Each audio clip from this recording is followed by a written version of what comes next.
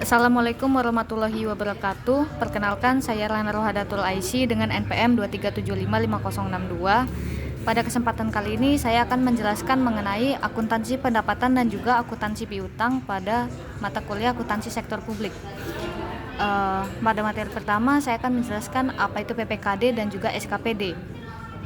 Menurut Permendagri nomor 13 tahun 2006, PPKD atau Pejabat Pengelola Keuangan Daerah adalah Kepala Satuan Kerja Pengelola Keuangan Daerah yang mempunyai tugas melaksanakan pengelolaan APBD dan bertindak sebagai bendahara umum daerah.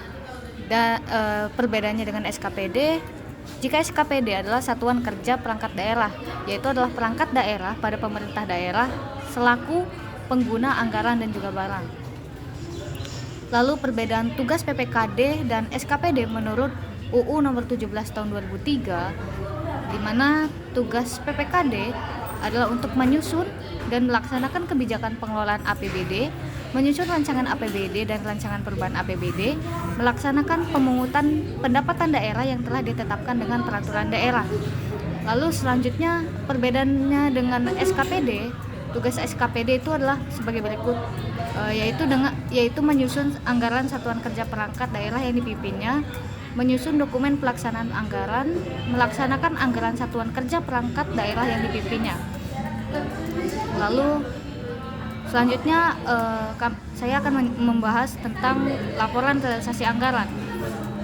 Dalam laporan realisasi anggaran terdapat pendapatan, di mana pendapatan dalam LRA adalah pendapatan yang adalah semua penerimaan rekening kas umum negara atau daerah yang menambah ekuitas dalam periode tahun anggaran yang bersangkutan dan menjadi hak pemerintah dan tidak perlu dibayar kembali oleh pemerintah.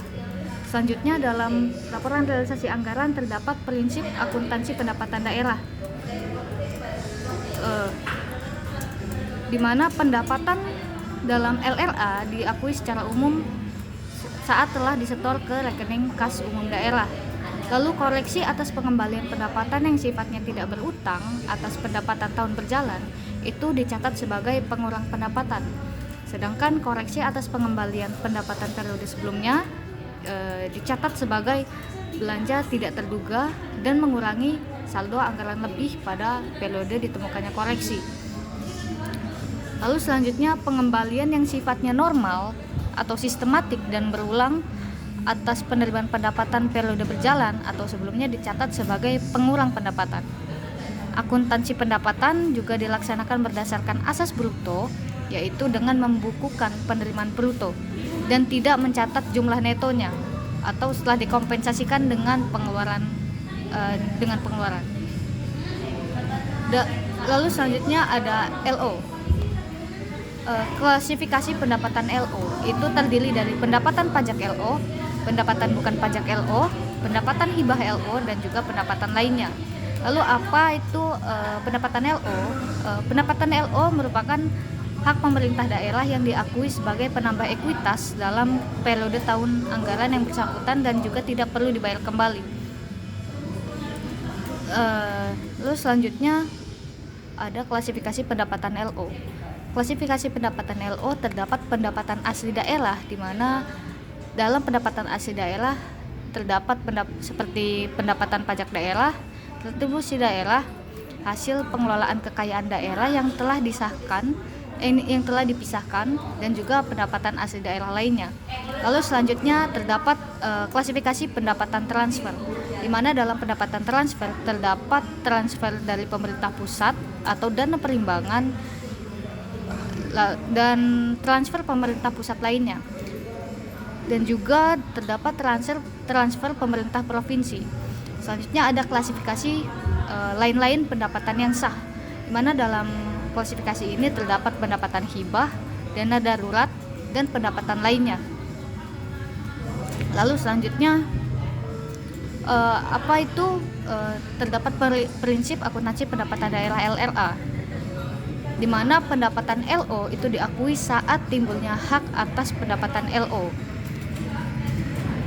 yaitu pendapatan yang diperoleh berdasarkan peraturan perundang-undangan dan juga pendapatan yang diperoleh sebagai imbalan atas suatu pelayanan yang telah selesai diberikan berdasarkan peraturan perundang-undangan. Lalu pendapatan direalisasi untuk mengakui pendapatan LO yang berupa hak yang telah diterima oleh pemerintah tanpa didahului adanya penagihan. Dalam selanjutnya ada kode akun laporan realisasi anggaran yang terdapat ada pendapatan LRA dengan kode akun 4, belanja dengan kode akun 5, transfer dengan kode akun 6, dan pembiayaan dengan kode akun 7. Lalu sedangkan di dalam LO terdapat 2 klasifikasi dengan pendapatan LO dengan kode 8 dan beban dengan kode 9. Lalu selanjutnya bagaimana pencatatan pendapatan yang diterima oleh PPKD? Pada jurnal LO terdapat RK PPKD yang dicatat di sisi debit dan juga di sisi kreditnya terdapat pendapatan LO. Lalu dalam jurnal laporan realisasi anggaran terdapat perubahan saldo anggaran lebih dan juga pendapatan LRA, di mana perubahan saldo anggaran lebih itu dicatat di sisi debit dan juga pendapatan LRA di sisi kredit. Selanjutnya ada bagaimana pencatatan pendapatan yang diterima SKPD saat penerimaan. Pada jurnal LO, kas di bendahara penerimaan itu dicatat di sisi debit dan juga pendapatan LO dicatat di sisi kredit. Sedangkan pada jurnal LRA, perubahan saldo anggaran lebih dicatat di sisi debit dan pendapatan LRA dicatat di sisi kredit. Bagaimana contoh soalnya yaitu sebagai berikut. Jika diterima retribusi terminal sebesar 60 juta oleh Dinas Perhubungan, pada jurnal LO dicatat sebagai kas di bendahara penerimaan di sisi debit 60 juta dan juga di sisi kreditnya dicatat ke dalam akun pendapatan retribusi daerah Dinas Perhubungan LO sebesar 60 juta. Sedangkan pada jurnal LRA perubahan terdapat akun perubahan saldo anggaran lebih dicatat di sisi debit. Selanjutnya pada sisi kreditnya tercatat pendapatan retribusi daerah Dinas Perhubungan LRA sebesar 60 juta. Selanjutnya saya akan membahas mengenai akuntansi piutang. Definisi akuntansi piutang itu adalah hak tagih pemerintah kepada pihak lain yang belum diterima pembayarannya, di mana hak tagih tersebut bisa berasal dari kewenangan pemerintah daerah, misalnya untuk memungut pajak daerah, retribusi daerah, atau hak tagih karena memberikan pinjaman kepada pihak lain. Jenis-jenis piutang ada 2 macam, yaitu yang pertama ada piutang pendapatan, di mana piutang pendapatan tersebut adalah piutang atas pendapatan pemerintah yang berupa piutang pajak, retribusi, piutang hasil kekayaan daerah yang dipisahkan, piutang lain-lain PAD yang sah, piutang transfer pemerintah pusat, piutang bantuan kekayaan, piutang hibah, dan piutang pendapatan lainnya. Sedangkan pada kelompok piutang lainnya yang termasuk piutang lain-lain adalah sebagai berikut, yaitu bagian lancar tagihan jangka panjang. Lalu bagaimana pengakuan piutang? Pengakuan piutang itu piutang telah diterbitkan surat ketetapan dan juga telah diterbitkan surat penagihan dan telah dilaksanakan penagihan. Bagaimana pencatatannya? Contohnya adalah sebagai berikut, di mana tanggal 2 Februari 2012 terdapat akun piutang di sisi debit dan juga di sisi kreditnya adalah pendapatan LO.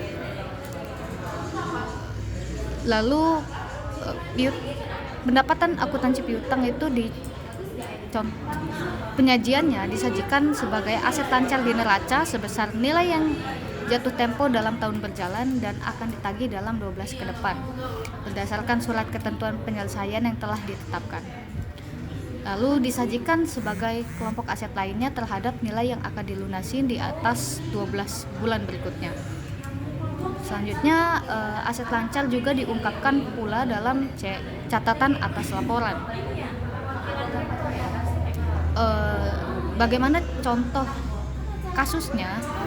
Contoh kasusnya adalah sebagai berikut, di mana pada tanggal 1 Desember 2022 Badan Pengelola Pajak dan Retribusi Daerah menerbitkan surat ketetapan pajak daerah bagi wajib pajak bakso Sonia sebesar 600 juta.